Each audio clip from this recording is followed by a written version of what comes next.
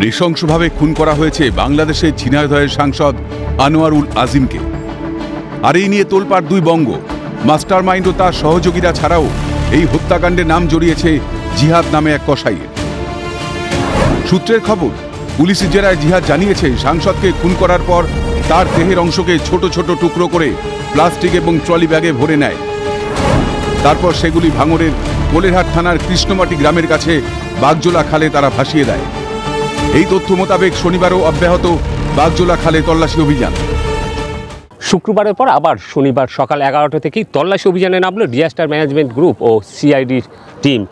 যেটা দেখানো হচ্ছে যে এখানটায় দেখাবার চেষ্টা করবে যে ভাঙড়ের কোলেরহাট থানার অন্তর্গত যে কৃষ্ণমাটি গ্রাম আছে তার পাশেই বাগজোলা খাল, আর এই খালেতেই দেহের অংশ অর্থাৎ কিনা বাংলাদেশের সাংসদ যিনি কিনা আনোয়ারুল আজিম, তাহার বেশ কিছু দেহের অংশ এখানটাতেই ফেলে দেওয়া হয়েছিল বলে জানিয়েছেন যে কিনা খুনে যুক্ত রয়েছে কসাই।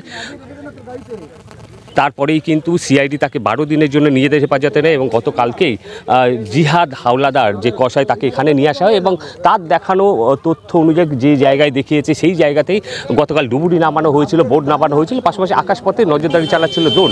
শনিবার সকাল 11টা থেকে নতুন করে তল্লাশি অভিযানে নামে ডিজাস্টার ম্যানেজমেন্ট গ্রুপ ও সিআইডি। ডুবুরি বোর্ড ছাড়াও আকাশপথে ড্রোনের সাহায্যে নজরদারি চালানোর পাশাপাশি জাল দিয়েও চলে তল্লাশি। প্রসঙ্গত, শুক্রবারও বাগজোলা খালে বিকেল 4টে থেকে সন্ধ্যে 6টা পর্যন্ত চলে এই তল্লাশি অভিযান। ধৃত জিহাদকে সঙ্গে নিয়ে সেখানে তল্লাশি অভিযান চালান সিআইডি এবং ডিএমজি সদস্যরা। যদিও শুক্রবার কিছুই পাওয়া যায়নি, তবে সমগ্র ঘটনায় সাধারণ মানুষের নিরাপত্তা নিয়ে একটা বিরাট প্রশ্নচিহ্ন দেখা দিয়েছে।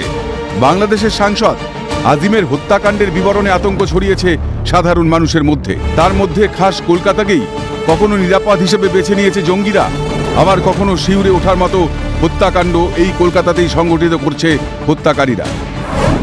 প্রশাসনের টনক কি এর পরেও নড়বে না? প্রশ্ন কিন্তু থেকেই যাচ্ছে।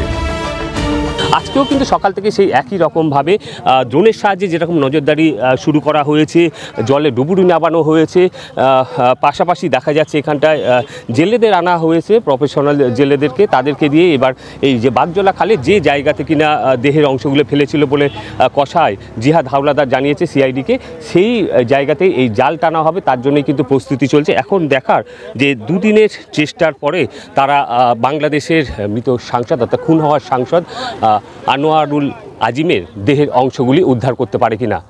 দক্ষিণ 24 পরগনার ভাঙড় থেকে ক্যামেরায় মেহরাব হোসেনের সঙ্গে তমাল সরকার, ক্যালকাটা নিউজ।